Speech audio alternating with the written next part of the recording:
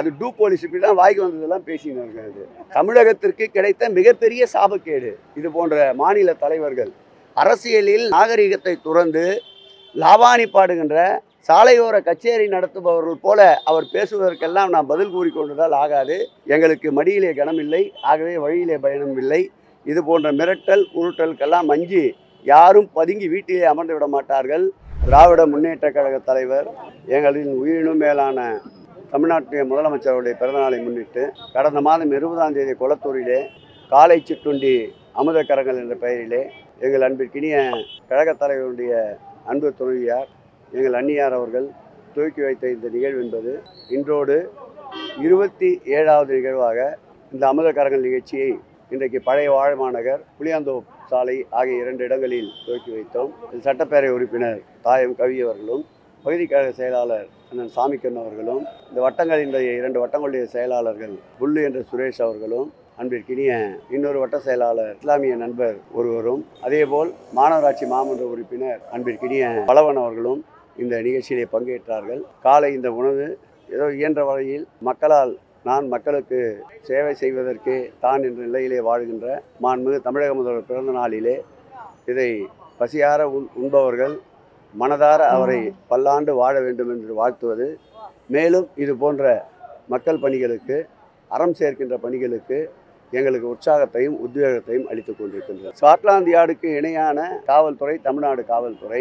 இவரை போல் dupe police அல்ல தமிழ்நாடு காவல்துறை. நெஞ்சுரத்தோடு சிம்ம சொப்பனமாக விளங்கிய பல்வேறு கொள்ளையர்களை, பல்வேறு கொலைகாரர்களை, கண்ணமிட்டு செல்பவர்களை துரத்தி பிடித்து வேட்டையாடிய நோக்கம் இன்றைக்கு தமிழகத்தை விட்டு அண்டை மாநிலங்களுக்கு சமூக விரோத சக்திகள் குடிபெயர்ந்து கொண்டிருக்கின்றன.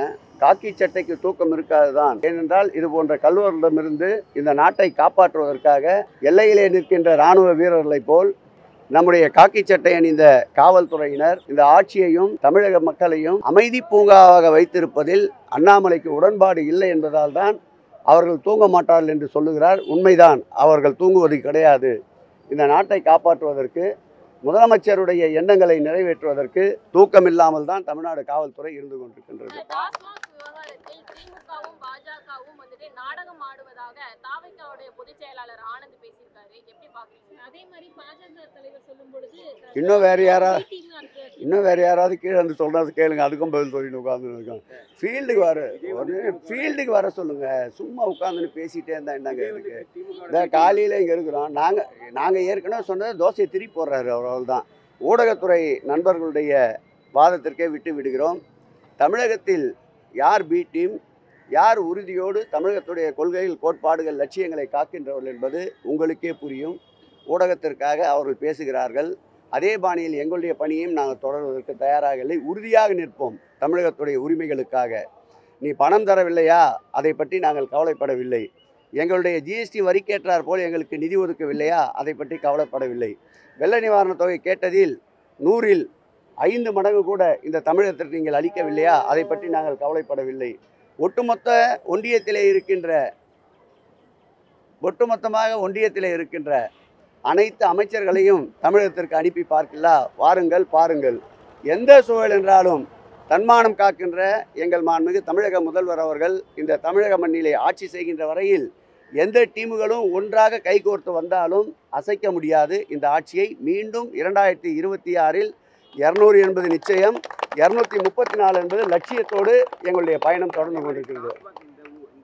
அது டூப் போலீஸ் இப்படி தான் வாய்க்கு வந்ததெல்லாம் பேசின்னு இருக்காது. தமிழகத்திற்கு கிடைத்த மிகப்பெரிய சாபக்கேடு இது போன்ற மாநில தலைவர்கள். அரசியலில் நாகரிகத்தை துறந்து லாவாணி பாடுகின்ற சாலையோர கச்சேரி நடத்துபவர்கள் போல அவர் பேசுவதற்கெல்லாம் நாம் பதில் கூறிக்கொண்டதால் ஆகாது. எத்தனையோ வழக்குகளை சந்தித்து ஆட்கொண்டு எதிர்த்த இயக்கம். எங்களுக்கு மடியிலே கனமில்லை, ஆகவே வழியிலே பயணம் இல்லை. இது போன்ற மிரட்டல் உருட்டலுக்கெல்லாம் அஞ்சி யாரும் பதுங்கி வீட்டிலே அமர்ந்து விட மாட்டார்கள். முன்பை விட வேகமாக முன்னோக்கி 8 கால் பாய்ச்சலே திராவிட முன்னேற்ற கழகம் பயணிக்கும். பாஜக போராட கூட அனுமதிக்க மாட்டேங்குது. திமுக வந்து பாஜகவை பார்த்து அச்சப்படுது, நிறைய ஊழல் நடக்கிறதுனால அப்படிங்கிற குற்றச்சாட்டு தொடர்ந்து பாஜக ஏங்க வைப்பு நிதியை தக்க வச்சுக்கிறதுக்கு போராடுற கட்சிக்கிட்ட போய் நாங்கள் ஏங்க அச்சப்படணும்? இது திராவிட மண். திராவிட மாடல் தலைவர் கோலேச்சு கொண்டு இருக்கின்றார்.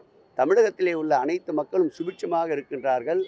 எங்கள் முதல்வரை பொறுத்தளவில் தவறு என்று தெரிந்தால் எதன் மீதும் நடவடிக்கை எடுப்பதற்கு தயங்க மாட்டார். அது இன்னார் இனியவர் என்பதல்ல. இவர்களை பார்த்தெல்லாம் பயப்படுகின்ற அளவிற்கு நாங்கள் ஒன்றும் கோழைகள் அல்ல. இந்த கட்சி, இந்த கூடாரம் 75 ஆண்டுகளை கடந்த இயக்கம். இது நிமிர்ந்த நடையோடு மேலும் மேலும் பற்பல சாதனைகளோடு 2026 ஆட்சியில் அமரும். அண்ணாமலைக்கு சொல்லிக்கொள்வது, நாங்கள் ஒன்றும் சமயசுத சன்மார்க்க இயக்கம் நடத்தவில்லை.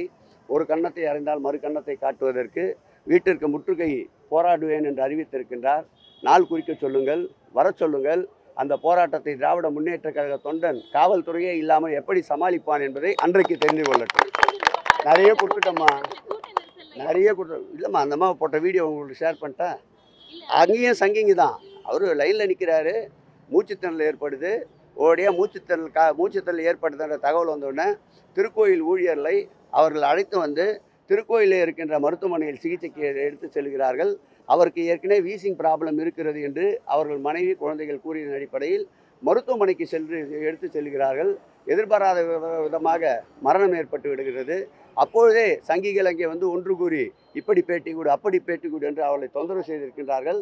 அந்த அம்மாவுடைய பேட்டி நான் ஊடகத்திற்கு தற்போது ஷேர் செய்கிறேன், நீங்கள் பகிர்ந்து கொள்ளுங்கள். அப்படி எந்த விதமான ஒரு பிரச்சனையும் நடக்கவில்லை. வேண்டுமென்றால் அதை இங்கே கூட போட்டு காட்ட கடமைப்பட்டிருக்கின்றேன். சிறு சிறு விபத்துகள், இது ஏதோ திட்டமிட்டு நடத்தப்பட்டது அல்ல, கூட்ட நெரிசலும் அல்ல. அங்கே ஏற்பட்டது அவருக்கு மூச்சுத்திணறல் ஏற்கனவே இருந்திருக்கின்றது. அந்த நோய் அவர் இன்னும் கேட்டால் மாற்றுத்திறனாளிகள், முதியோர்கள் போகின்ற அந்த கியூ வரிசையில் தான் சென்று கொண்டிருந்தார். ஆகவே இது இயற்கையான மரணம்.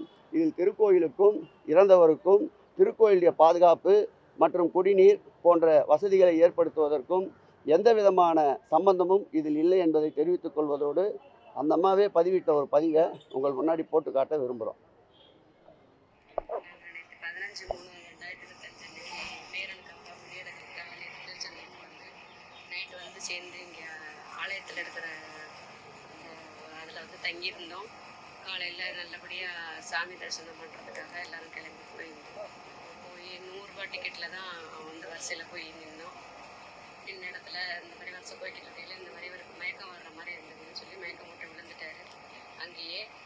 அப்புறம் நாங்கள் 108க்கு ஃபோன் பண்ணி 108ல் வந்து கூட்டிகிட்டு போய் ஹாஸ்பிட்டலுக்கு கொண்டு போய் காமிச்சு. இந்த விவகாரத்தை பொறுத்தளவில் திருத்தணியில் எந்த காலத்திலும் திருச்செந்தூரில் இல்லாத அளவிற்கு பெருந்திட்ட வரைவின் மூலமாக பணிகள் மேற்கொள்ளப்பட்டு வருகின்றன. அதை மடைமாற்றுவதற்காக அந்த திருக்கோயிலுடைய பணிகளுக்கு அவதூறு கற்பிக்கின்ற வகையில் இதுபோன்று தானாக இயற்கையாக ஏற்படுகின்ற மரணங்களை கூட துறையின் மீது கலர் பூச முற்படுபவருடைய அந்த கபட நாடகம் எடுப்படாது. தமிழகம் அமைதி பூங்காவாக திகழும்.